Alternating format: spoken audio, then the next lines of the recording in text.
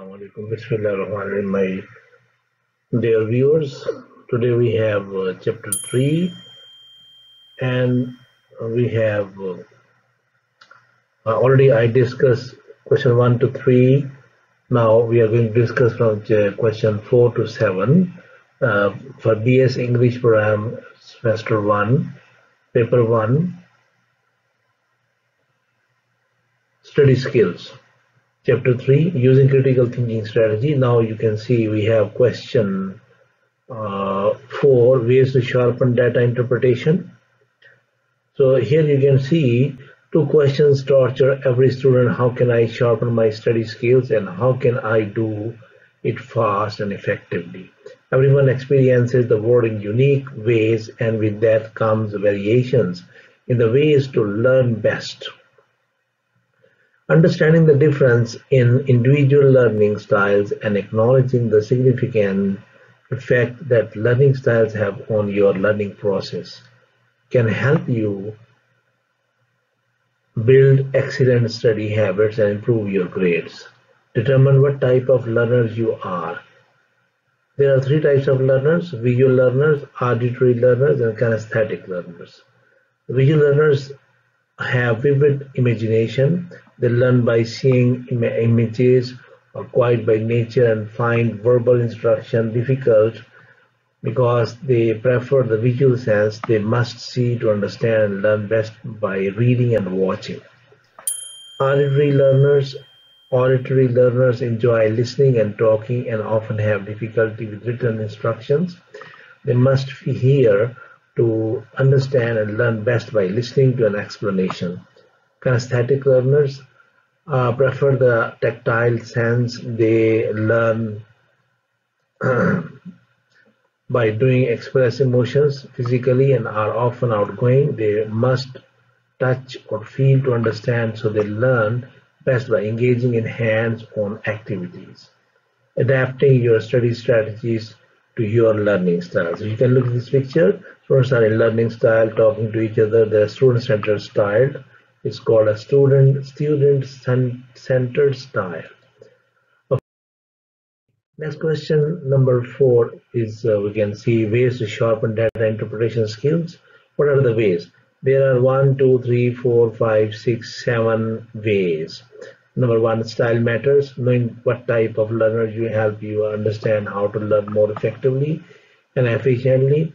Number 2, visual learners may consider allocating more time for rewriting notes or turning notes into graphs to enhance their memory. Number 3, auditory learners can spend more time in study groups when students have the opportunity to hear or say the explanations to help them understand. Number 4, kinesthetic learners can turn study time into relative activities such as volunteering or field trips. Though there is some academic debate about learning style, there is no question that thinking about how you learn best will help you in school. Recognizing and adapting your own behavior is the most important part.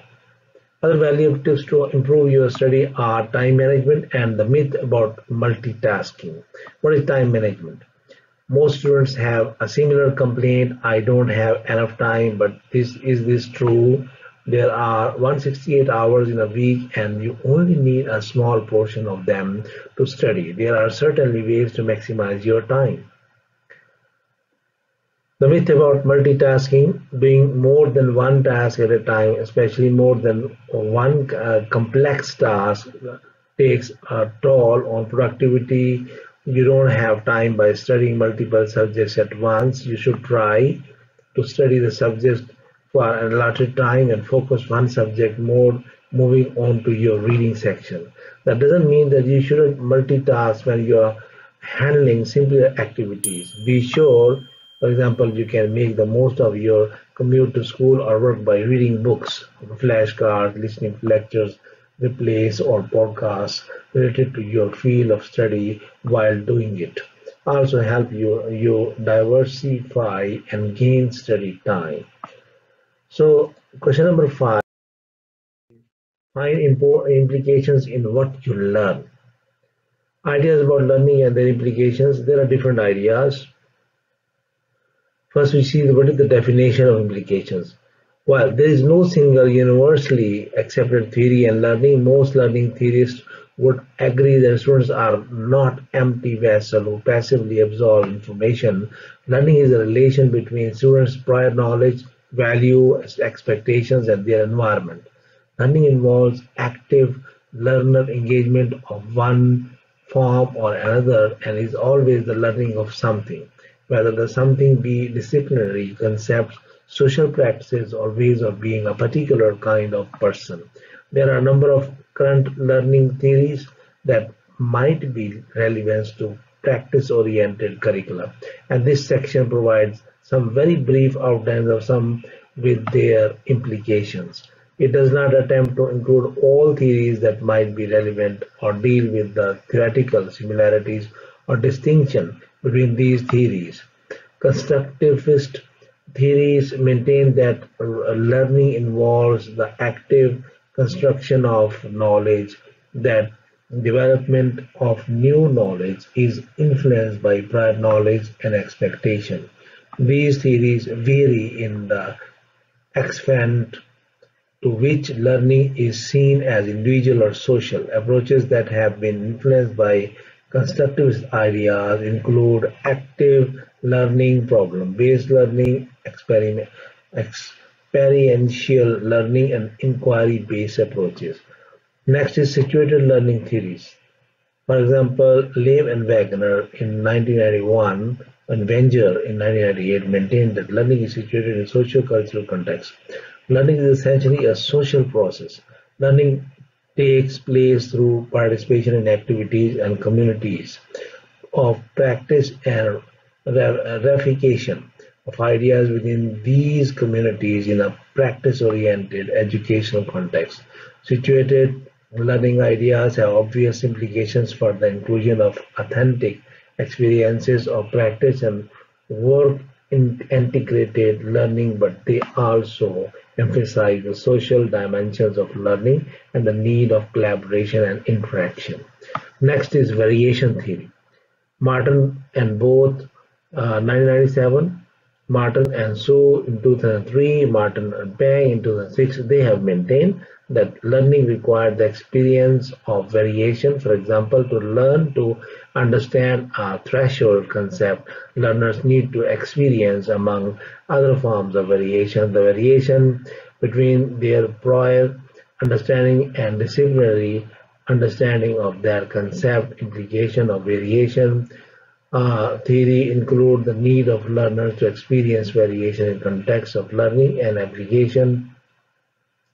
Bowden and some others in 2002, they have said that, for example, in developing information literacies, students would need to experience variation in information sources and the information to be found in them, ways of searching, different contexts for seeking and making use of information, and so on. It is not sufficient for teachers to simply present the relevant variation, as this does not guarantee that students will experience it. Learning activities may need to be designed in ways that assist students to see as relevant and notice the aspects of variation that are important amongst all of the aspects of complex environments.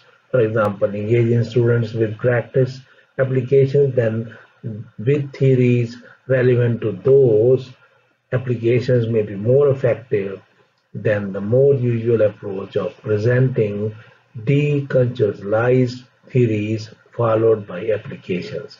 While variation theory is not explicitly a social theory of learning, other students are seen as important sources of variation, with students learning from the different ideas, perspectives, and problem-solving approaches of others. The last one is curriculum design that consists with the current ideas about learning. Students need to uh, generate and test out ideas to experience variations between their previous ideas and new one, and they have to work hard to learn authenticity, to learn collaboratively with others, to reflect on their learning, and to have appropriate choice and control over their learning. To be consistent with their studies, need to be able to support students as well as staff generation.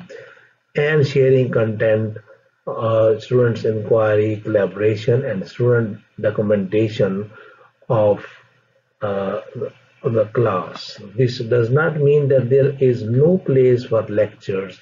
Good lectures can motivate students, present overviews of key ideas, to highlight differences, and also provide opportunities for students to learn from lectures, practice experience, and practice focus research.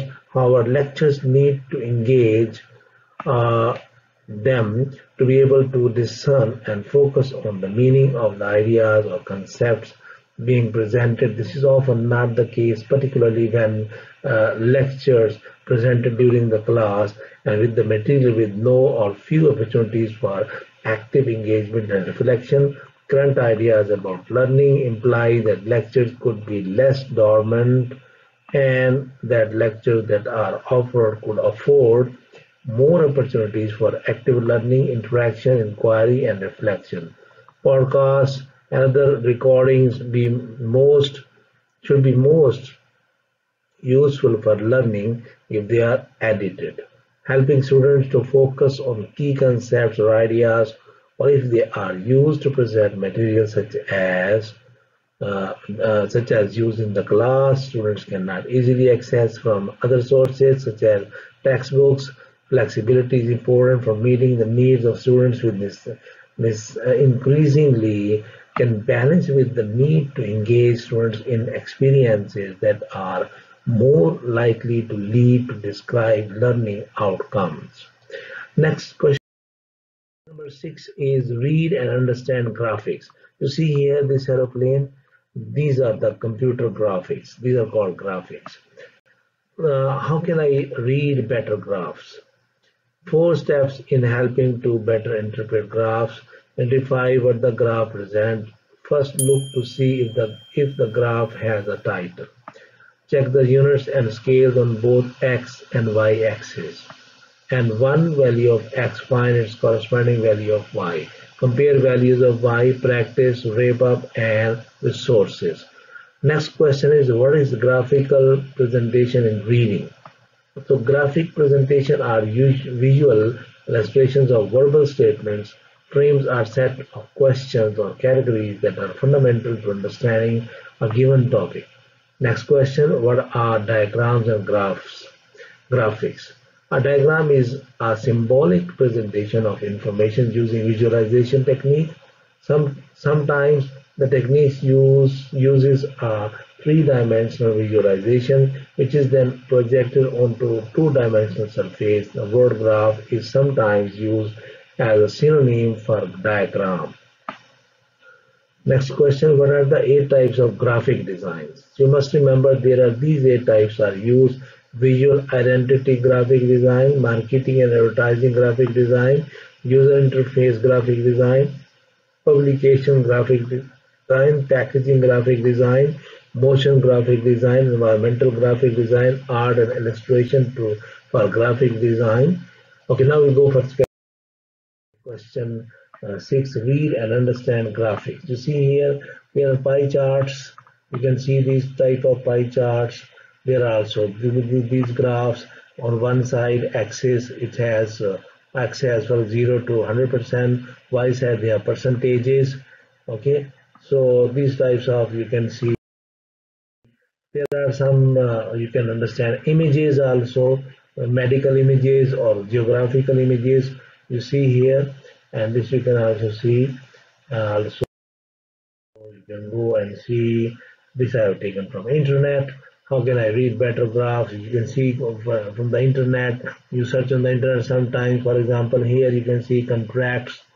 Percentage of contracts are given. Maximum 32.4%, minimum 8.6%. Here contracts are maximum 21.9%, minimum 4.8%. So this type of graphs will be used. So question number 7, evaluate what you learn. Ideas about learning and their implications. How do you evaluate learning? See this uh, yeah, animation shows this evaluation that A, B, C all done by a student. It's a tick. How to assess students' learning performance? creating assignments, creating exams, using classroom assessment techniques, using concept maps, using concept tests, assessing group work. What is meant by evaluation of learning? This is a very important question. You see the answer. What is evaluation of learning? Evaluation is a systematic process of determining the extent to which educational objectives are achieved by pupils. Evaluation includes both qualitative and quantitative plus value judgments concerning the desirability of that behavior.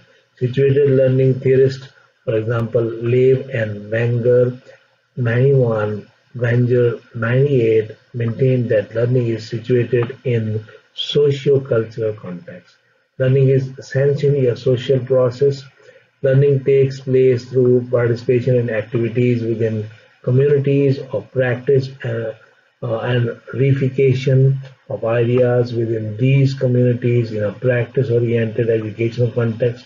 Situated learning ideas have obvious implications for the inclusion of authentic experience of practice and work, integrated learning, but they also emphasize the social dimensions of learning and the need for collaboration and interaction. Next question, why is it important to evaluate lessons? Evaluating your teaching is a way of ensuring that you are doing all you can to help your students achieve their potential. By regularly evaluating your teaching, you are more likely to provide your students with continually improving learning experience. Last question, what to evaluate? This whole question revolves around evaluate what you learn. It's about evaluation. So what to evaluate? Conduct assessment, assess your implied capabilities and competencies before and after the training through simple baseline surveys and some other short assessments whether there has been any development. Track engagement, measure results, analyze data. So